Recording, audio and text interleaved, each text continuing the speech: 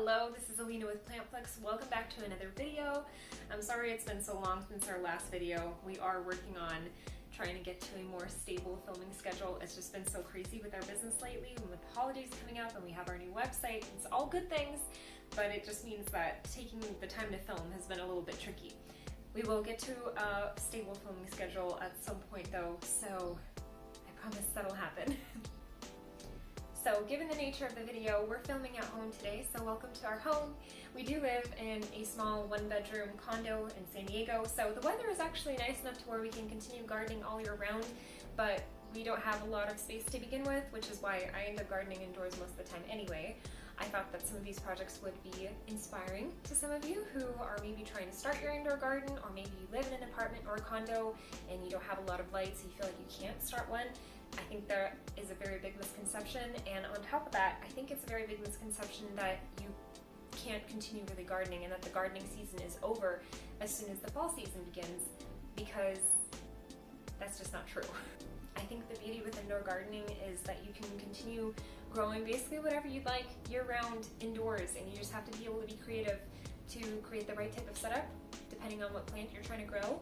And so hopefully this will inspire some of you to get your indoor garden started. So I do like to use both window gardening setups and also plant shelves. I just prefer to use plant shelves for germination because the grow lights and heat mats and whatnot, it just creates a more controlled environment for your seeds, which is better. And then once the seedlings really get going and they're more established, then I can start to move them to the window setups because it's more pretty there anyway, and it's more aesthetic. I think it's a little bit more natural, so that's how I personally like to do things. But that being said, grow lights can be a little bit expensive. If you really can't afford them, by all means, just use your windows to germinate the seeds. Just make sure that they're not getting too much light, not getting too little light either. You kind of want to find that nice balance. So the key to gardening in the fall is to maximize the light and space that you have.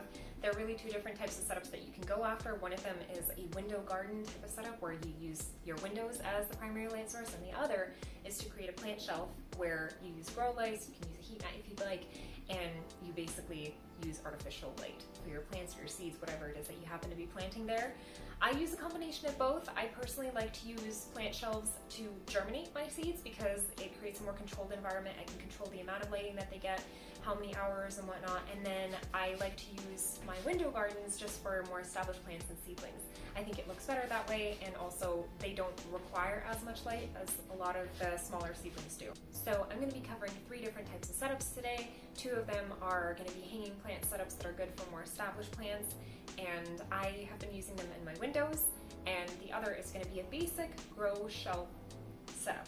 So this one's really good for seed starting, but you can also grow out a lot of your plants there. And if you are bringing a lot of plants indoors and just don't have the space for them, those grow shelves are really, really good because you can pack in a lot of plants, make sure that they have the light that they need, and then just store them there until you can bring them out again when it gets warmer. I wouldn't actually recommend that you follow exactly step by step what I do. This video is definitely meant more for inspirational purposes. I am such an amateur when it comes to a lot of these crafts. I just kind of make whatever I need, and I'm not particularly meticulous at all. I just like to have things done. So it's not perfect, and a lot of you are probably going to make fun of me for how messy a lot of my hanging planters look. But you know what? It's all about the plants for me. Are my plants happy? Then good, I'm happy. I'm really not super detail oriented in that regard. So there are probably so many videos out there on how to make the right macrame, how to make like really nice hanging planters. I just kind of do what works for me and what works for my budget. So just, modify what you need to. And by all means, please send us the photos of your setups. I keep emphasizing this because it makes my day to see the photos that you guys send over of your setups and of your seedlings. I really love seeing what you guys come up with.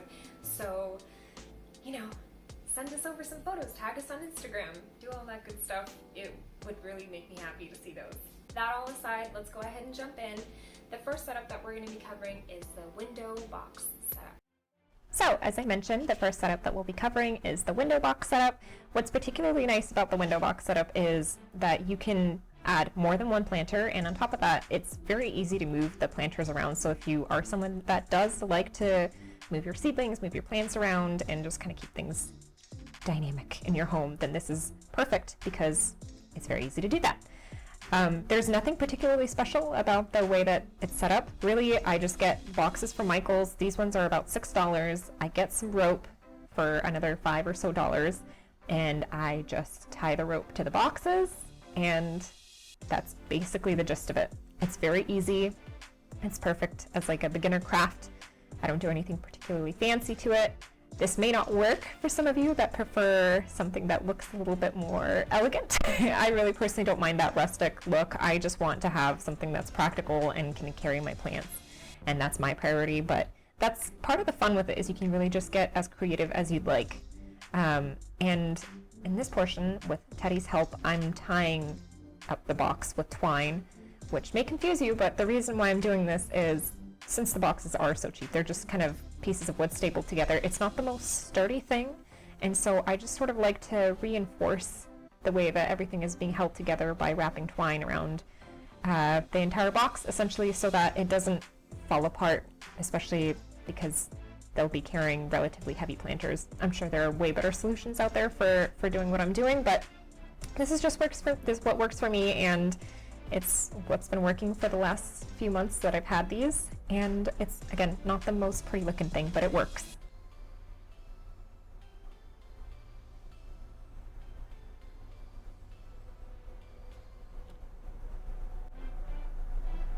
So here I'm finishing up the box. I did repeat the same twine wrapping thing on the other side of the box, but I just won't be showing that because it does get a little bit repetitive.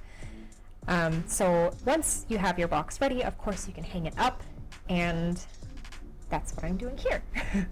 So quick little note, I am just tying up the planter with more rope, but I definitely recommend using hooks if you can, because they will be a lot more secure and there's not going to be as much of a chance of the rope unraveling. In fact, that happened to us with one of the window boxes that I had a week or two ago. It just fell because I was opening and closing the curtains, and it sort of loosened the knot on one of those ties that I'm making right now. So that's not good. So definitely make sure that your knots are really tight, and if you can, just use hooks instead to hang up your planters. Of course, when you have the window box ready and hanging and just ready for plants, you can start adding your planters. These particular boxes work perfectly with the 4-inch terracotta planters. It fits exactly 3. So over here I have a China doll seedling, a Monstera addisonii, and a fireflash plant seedling. And they are very happy here and have already been growing some since I added them here. And over by our west-facing window, I have some lemon balm, basil, and alyssum. I do actually need to repot the alyssum seedlings because they're not quite getting enough light here, but overall, the seedlings are very happy. So moving on to our second setup, I am making a hanger for a planter, just a single planter. These are very versatile and convenient if you just have a single plant that you want to hang up. That happens to me all the time because our cat Maya will not leave my plants alone, so any of the seedlings that I manage to grow to any good size, she starts to try to eat. So I have been making quite a few of these hanging planters because I have had a lot of seedlings maturing to larger planter sizes, and I certainly don't want them being eaten up by our cat. The way that I make them is I take 12 pieces of twine, I make them very long to make sure I have enough room, and just start tying them together. I tie them up in 2s to start, so that I end up with 6 strands essentially, and then from there I go around in a circle and tie knots in a kind of lattice fashion, as you can hopefully see in the video. That's basically it. It's a very simple kind of setup. It's not, like I mentioned at the start of the video, it's not the flashiest, it's not the fanciest thing. I've never actually made proper macrame before, but this holds in the planter very securely, which is obviously what you want, and I actually think it doesn't look too shabby personally. And of course, as I'm finishing up the actual hanger, I like to test it out on the planter just to make sure that everything fits, and I make any little adjustments that need to be made to make sure that the planter is hanging as evenly as possible. And if I feel that I need to add any more rows of knots, I guess you could call it, then I do, just to make sure that the planter is fully secure when it's hanging in the planter. But as you can see, I don't think it looks too bad. I think it looks very rustic, but pretty nice, and I like these. Then of course it's time to hang up your planter. As we talked about with the window box setup, I do recommend using hooks if you have them because it'll be a lot more secure and easy to move the planter that way. I just used the twine that I used to make the hanger itself because I had enough left, there was enough length. And the end result is a very happy plant that will be getting a lot of window light, and it just greenifies that window for you. So those are two really good hanging planter setup ideas that you can use. I personally, as you can see, cover our windows with these window boxes and hanging planters. I think it looks pretty cool. Could it be cleaned up a little bit? Yeah, absolutely, but it works for me, and I think Jeff 100% agrees. And I think he actually wants me to add more plants, so, we'll be working on that, of course. But in the meantime, it's awesome to have that much more greenery in our windows. It used to look a lot more bare, and it's also nice to actually give that home to the plants that I just really didn't have space for before, but now they really get to flourish.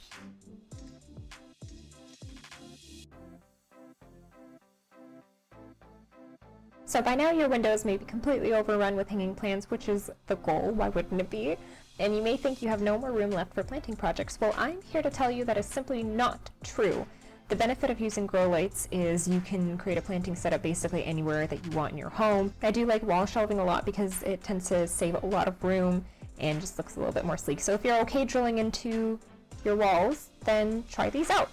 There are a lot of different types of brackets out there, a lot of different colors of shelves. I just pick plain white because it's easy and tends to be a little bit more cost effective.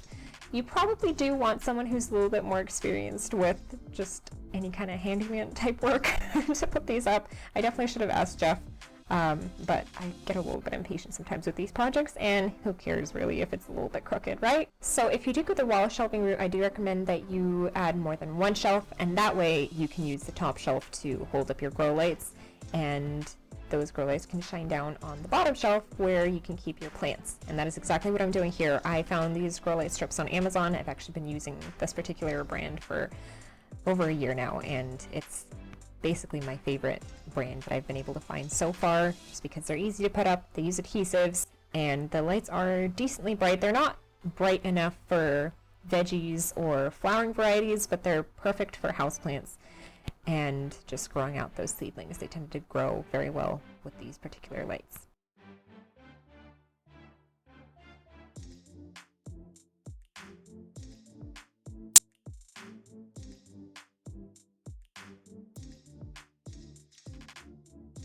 So this is the end result for now. I do plan on adding another shelf or two to make more space, but in the meantime I added this grow light that attaches with a clamp to the top shelf for these greenhouses, and the bottom shelf is where all the action is happening. Essentially, I added a bunch of seedlings here from other parts of the home. I use this shelf in particular as a grow out shelf for any of the seedlings that I germinate in other parts of our home, and that way Maya in particular cannot eat these seedlings because I used to have this box in our kitchen garden and she would always make her way there to have a little midnight snack, and now she can't do that. So that's it for today. Hopefully you enjoyed this video. If you did and you feel inspired to create your own little indoor garden, please send us photos, tag us in photos or videos at Plantflix on Instagram or on Facebook or TikTok or wherever. Do all the things, please, for the video. If you enjoyed it, like the video, subscribe, do the notification bell thing, and that way you can know when our next video is out. So that's it from us, and we will see you in the next video.